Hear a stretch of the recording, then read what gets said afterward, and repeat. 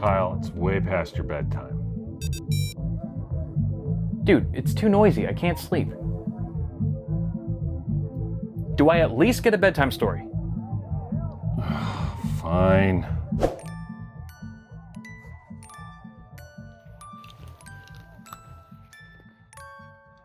Once upon a time, there was a tiny little boy who couldn't fall asleep. Loud noises scared him and made him wet the bed. Everyone goes at their own pace, Josh. Anyway, one day the little boy found a magical case called the Defined Sea by Fractal Design. Impressed by its minimalistic Scandinavian design, he hopped inside to investigate. The interior of the case was roomy without being too big, offering plenty of room for him to frolic and play. The little boy was amazed by the full-length PSU shroud and ample cooling airflow. And then he saw it, a whole wall to support all of his liquid cooling gear.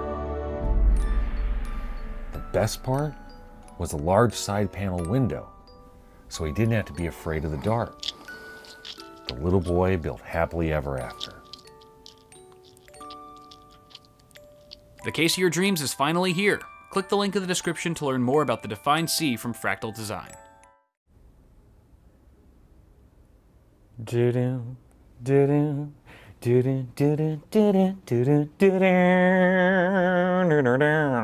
Why, hello, Vega. Looking good. Now, you guys probably already caught my crappy unboxing of Vega last week, but now we finally get to talk numbers. Let's talk about performance, benchmarks, useful information. Finally, these cards are buyable. They are on the market, on store shelves. So this is an air-cooled RX Vega 64, which should be priced at $499 USD.